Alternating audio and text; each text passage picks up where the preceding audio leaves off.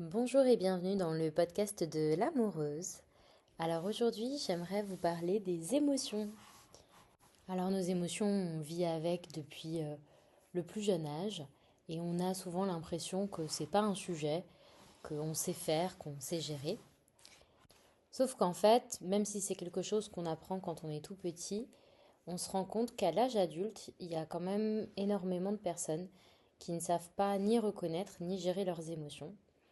Et malheureusement, une émotion qui est gardée à l'intérieur ou qui ne peut pas s'exprimer ou qui n'est pas reconnue, elle peut parfois provoquer des maladies bien plus graves.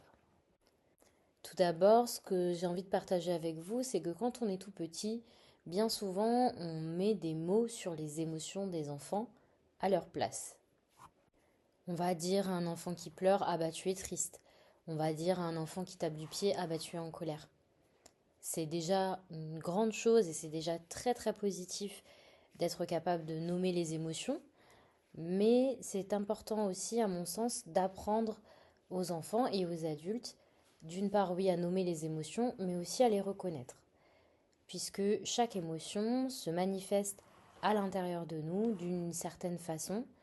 Il y a des choses qui peuvent être communes et d'autres choses qui sont un peu plus spécifiques ou plus propres à chacun.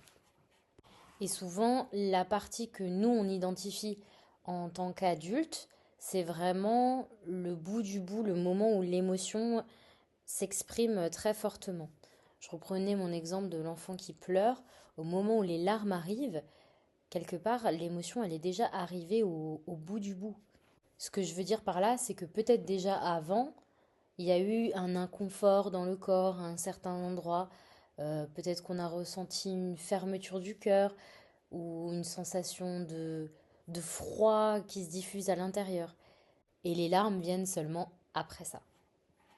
C'est assez parlant avec la colère. Bien souvent, on a des expressions du type la moutarde lui monte au nez ou on a les joues en feu.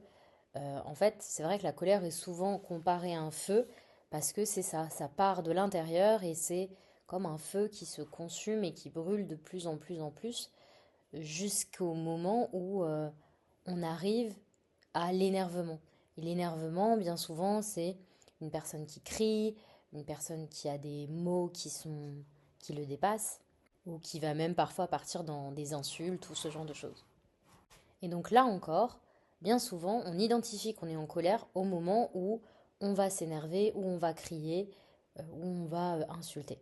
Mais en fait, la colère, elle a déjà commencé un peu avant. Et identifier tout de suite la sensation à l'intérieur de nous, bien ça nous permet de tout de suite reconnaître et nommer l'émotion. Il faut savoir qu'une émotion, c'est plutôt court, ça dure seulement quelques secondes, pas plus.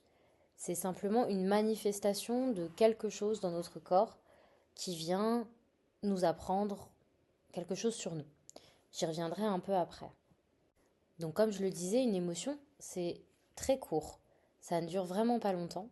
Et donc si vous êtes en colère encore pendant plusieurs minutes ou que vous pleurez pendant des jours et des jours, eh bien en fait c'est votre cerveau qui entretient l'émotion.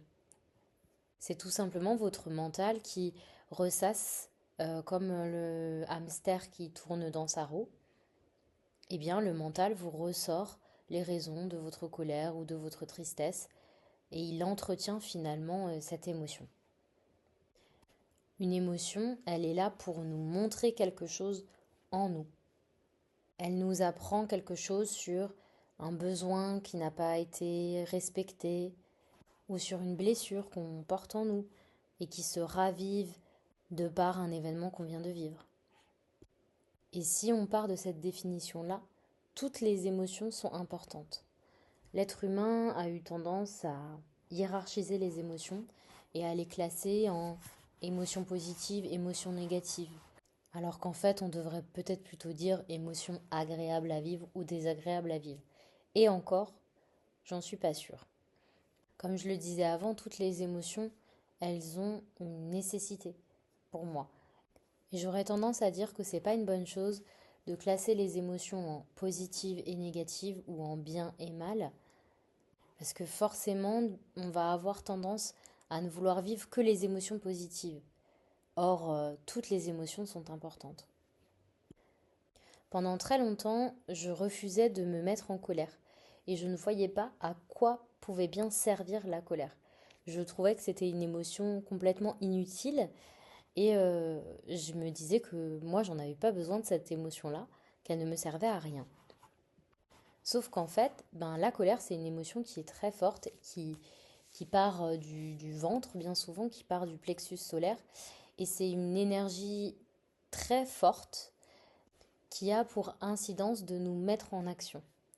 Et d'ailleurs, bien souvent, on considère que la colère est une émotion masculine. Et je pense qu'il y a une confusion entre l'énergie masculine, qui est plutôt une énergie de passage à l'action, etc., dans le domaine de la spiritualité.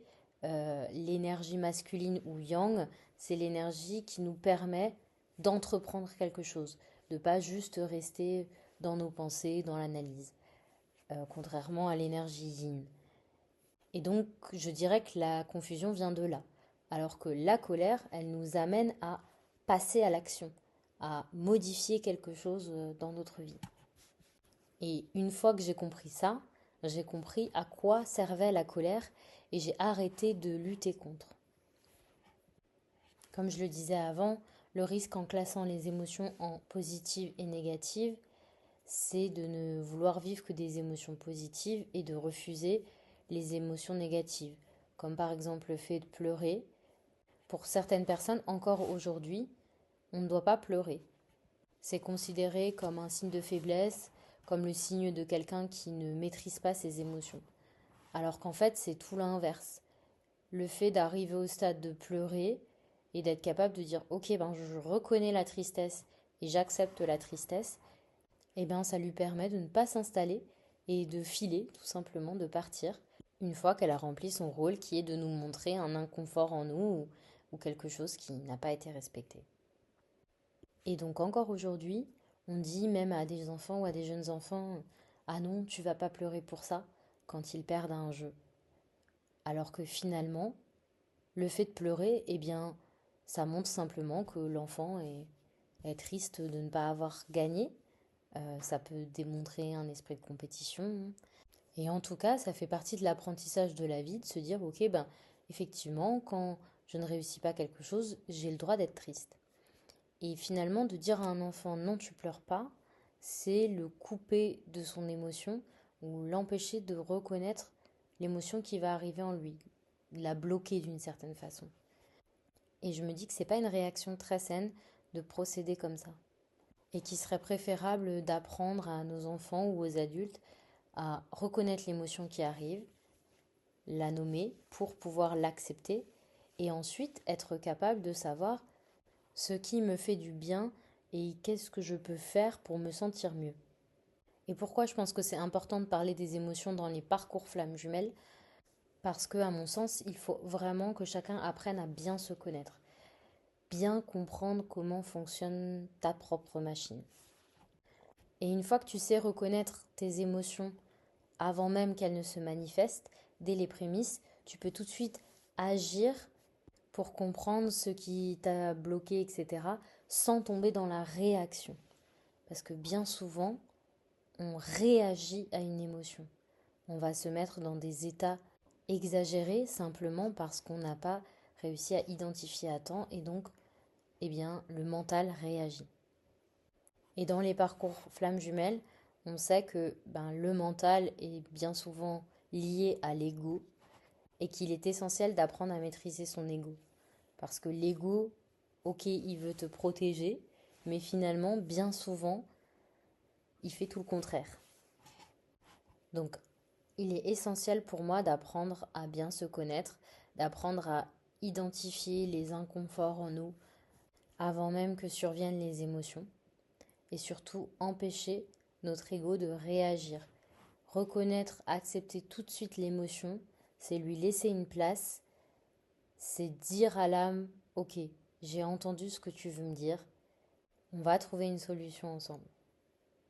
Donc je vous invite tous à essayer d'identifier les manifestations des différentes émotions à l'intérieur de vous, à apprendre à stopper les réactions, avant même qu'elles arrivent et à accepter vos émotions pour éviter qu'elles ne prennent toute la place, à bloquer votre mental pour lui éviter de faire perdurer les émotions qui ne sont finalement qu'un indicateur de notre état. Je vous remercie très sincèrement, comme toujours, pour votre écoute, pour le temps que vous passez à m'écouter. Et je vous dis à très bientôt pour un nouvel épisode sur le podcast de l'amoureuse.